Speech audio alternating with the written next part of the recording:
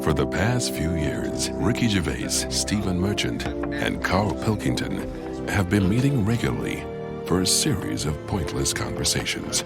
This is one of them. Testing. Is that all right? Hello and welcome to the Ricky Gervais Show with me, Ricky Gervais, Stephen Merchant. Hello. And the little round-headed buffoon that is Carl Pilkington. All right.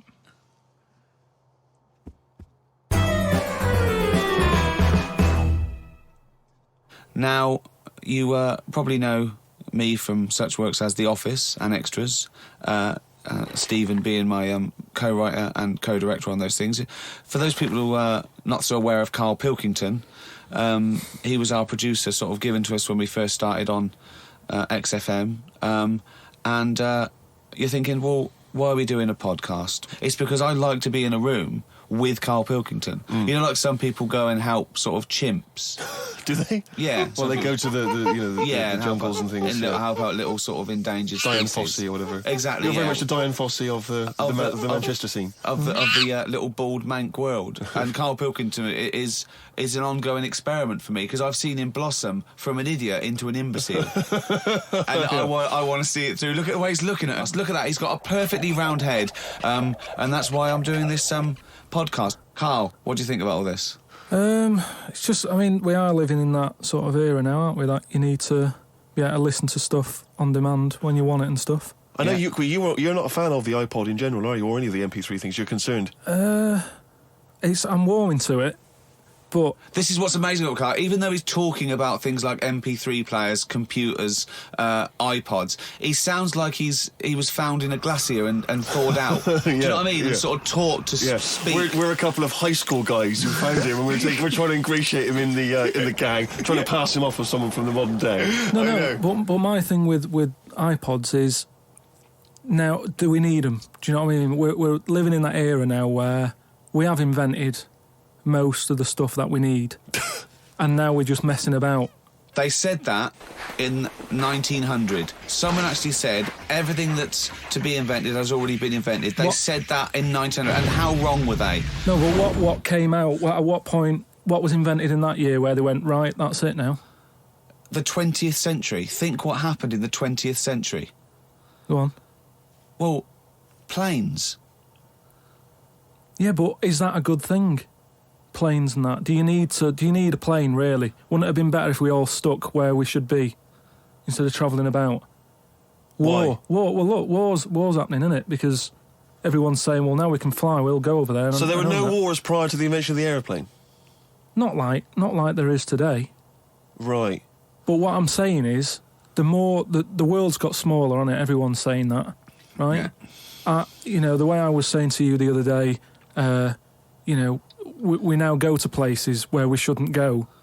People go on holiday to places where you've got to have an injection before you go there. Yeah. Forget it then. That's a warning. Don't go there. I'm with you on that. I don't want to enter a country where I have to have an injection to stop me from dying while I'm in that country. Right, I totally agree with you on that. So what happened is, they invented the plane and it's like, oh, let's go on holiday. And then they go, oh, I die now. Oh, well, you've got to invent something. Let's invent an injection. And then it's like, right, well, what else do we need to go to that place? There's a lot of faffing.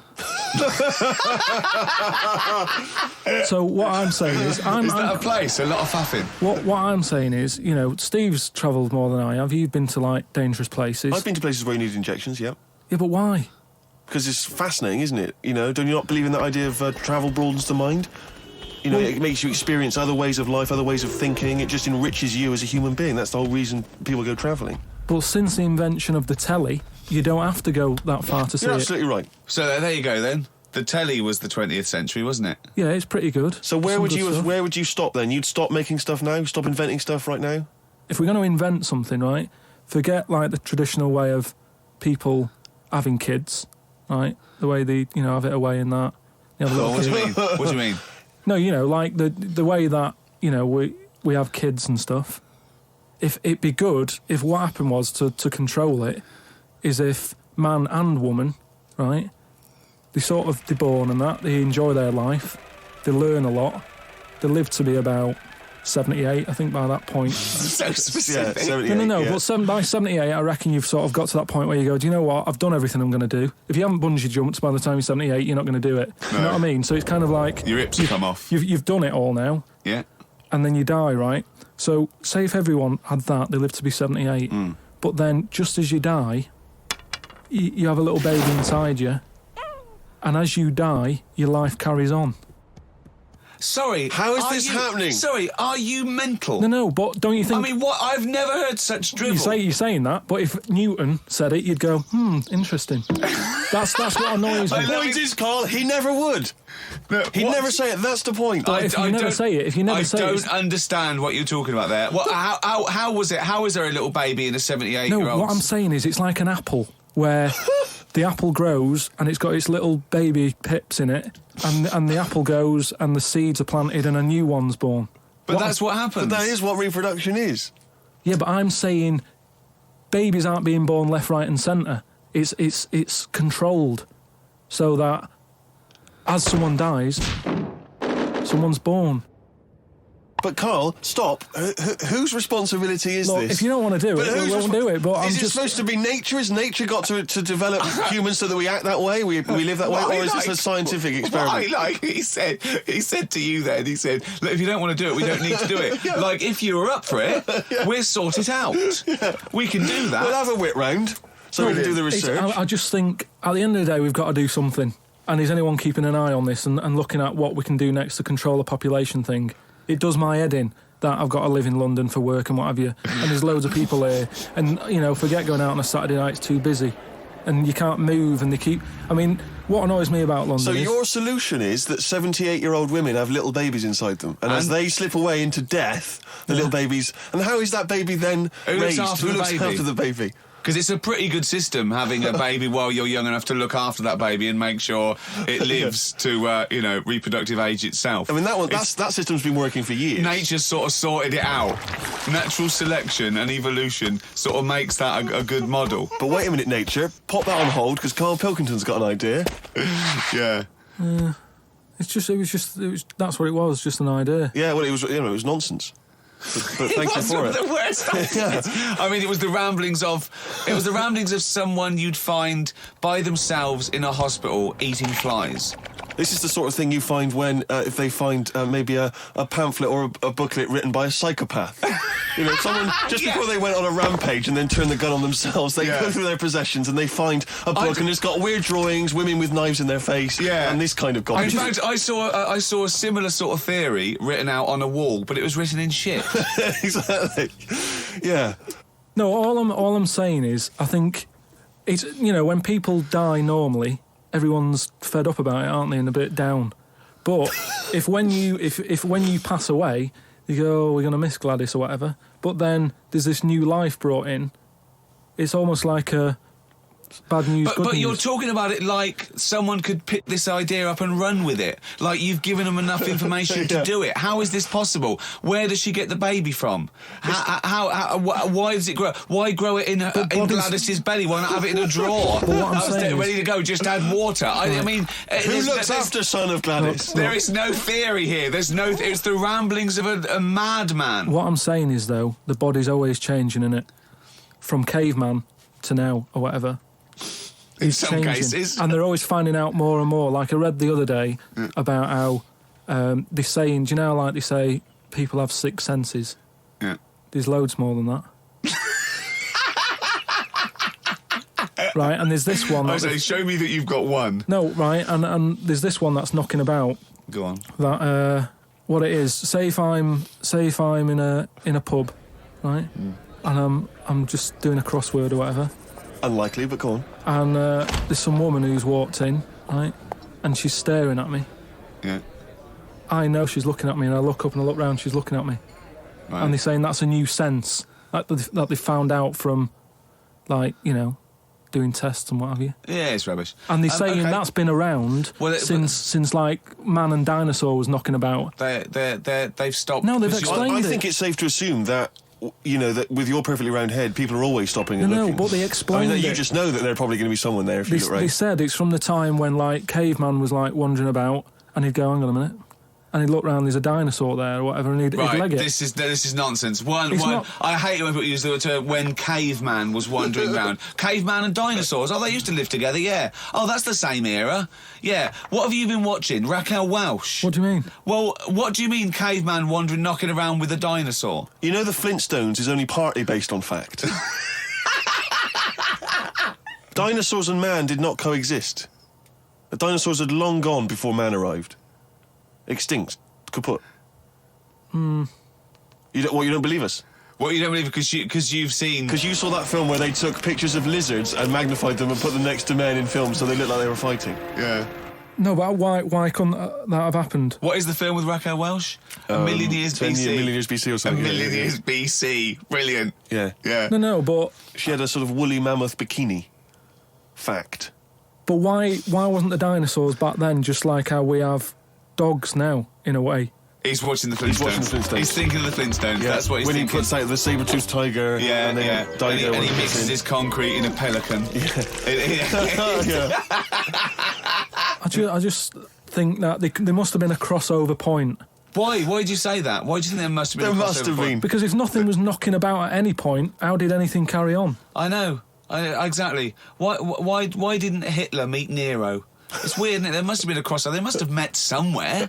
They must have met at a party somewhere. They mixed in similar circles. Yeah. They must have bumped into... I can't believe it. Forget it. Oh. Well, now time for one of our regular features.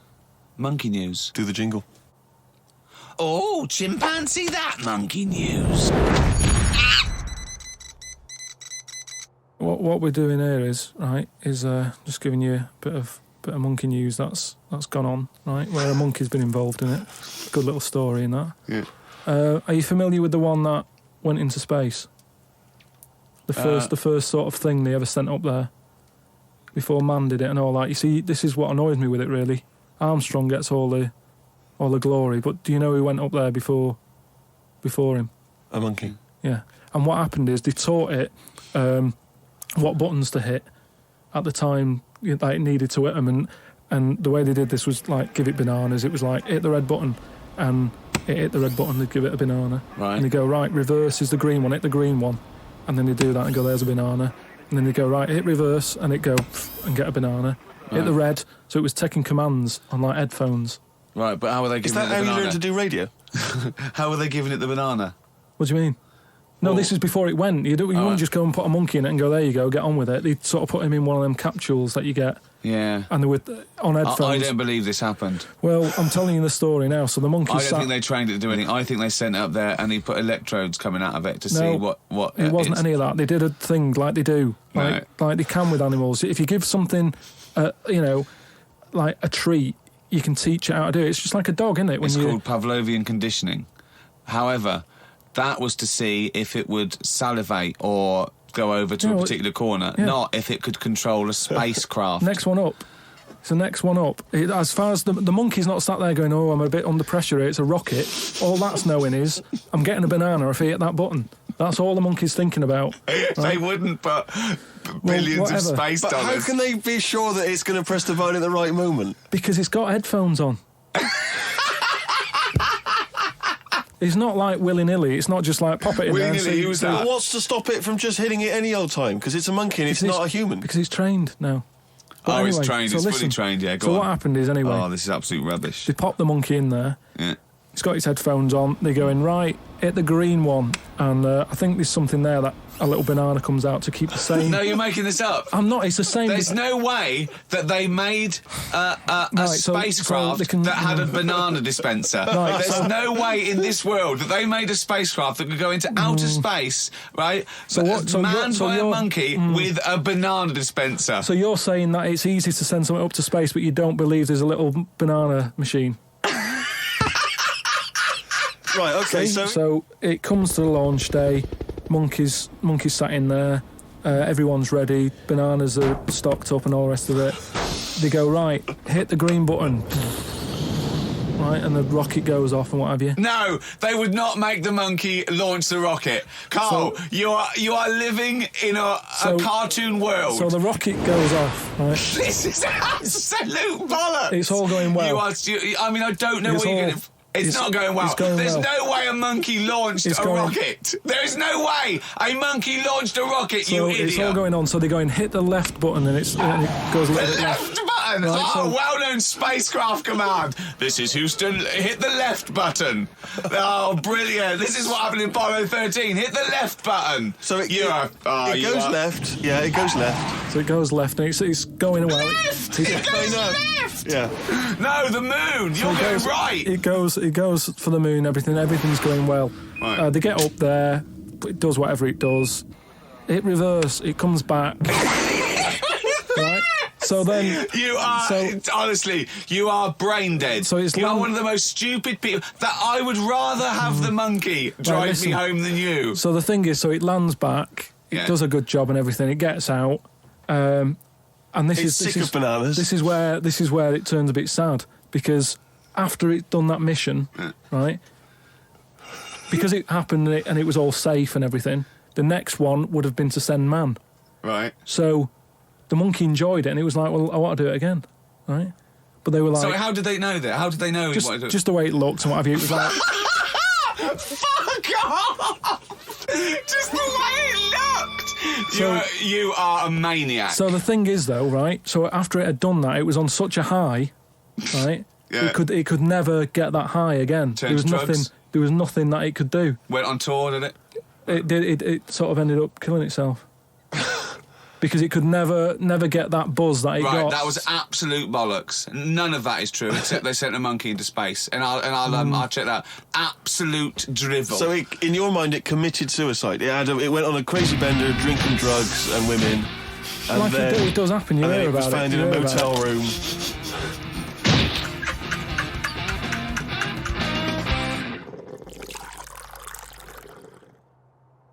I met Derek Acora the other week.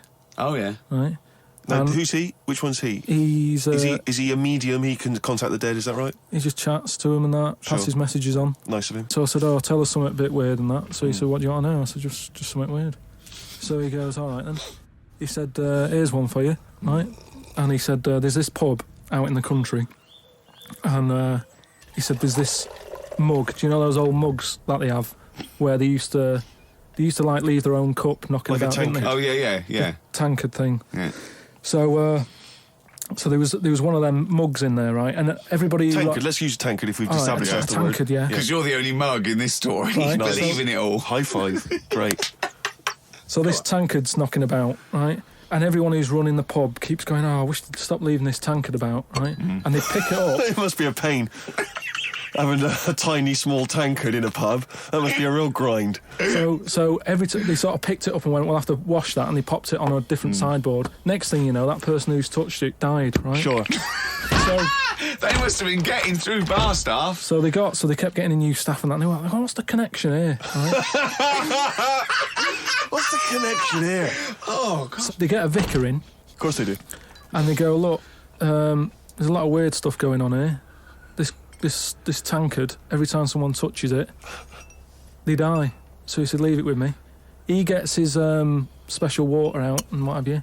He comes round, does a little prayer, sprinkles it. He goes, "Right, not a problem, don't worry about it." He picks it up, chucks it in the bin. Guess what? What? Dies in a crash on the way home. Because he picked it up. Well, but Carl, you're telling me this like it's fact, and I'm meant to go, "That's amazing." Derek Acora, he told me. Carl, I have no opinion of that story other than I'm pretty sure there was absolutely no connection between touching the tankard and him dying. That's all I'm sure of. It's not just him though, is it? I'm not going to even contest the chain of events. All I'm saying is there is no connection. There is no connection possible because I believe in logic and the laws of the universe. Yeah, but what I mean, you never pick up a vibe of... Like, I've got a mate, right, who he's living in this big stately home, right, and he's living in there now. He pays £100 a month. There's about 80 rooms. Gee. And it's this big stately house and what have you. And I went down there. He said, "Oh, come down and have a look," right? And from outside, you go, oh, this is brilliant. It's like something out of, you know, like The Man of Born or something. You go, this is impressive. But then when you get in, it's like, it's a wreck. And we go in, and all the floors are like a wreck and rotten and stuff. And I looked at the wall, and there was like a little piece of paper stuck on the wall, right? And I said, what's this here? So I wandered over, right? Got right up close to it, and somebody had roted. Somebody had roted? Oh. Somebody had roted. Right, go on, sorry. So there's a little sign there, right? And I go up to it, and it says, flies, right? With an arrow. Flies, like, flies this way, right? I think that's a bit weird. So I follow the arrow, right?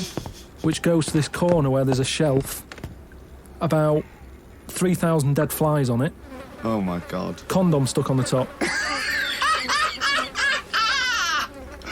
That's weird, isn't it? That is weird. That is weird, right? So I'm looking at that, and there's loads of stuff on the floor and that bits of paper. Picked up this bit of paper, right? And it had, like, in biro and that. It looked really old, like it'd been there years. And it had something like, need nappies, dummy, right? Blankets, blah, blah, all this, like, all stuff for, like... And I turned it over, right? And it said, none of this now needed, baby dead. Right. Now that's weird, isn't it?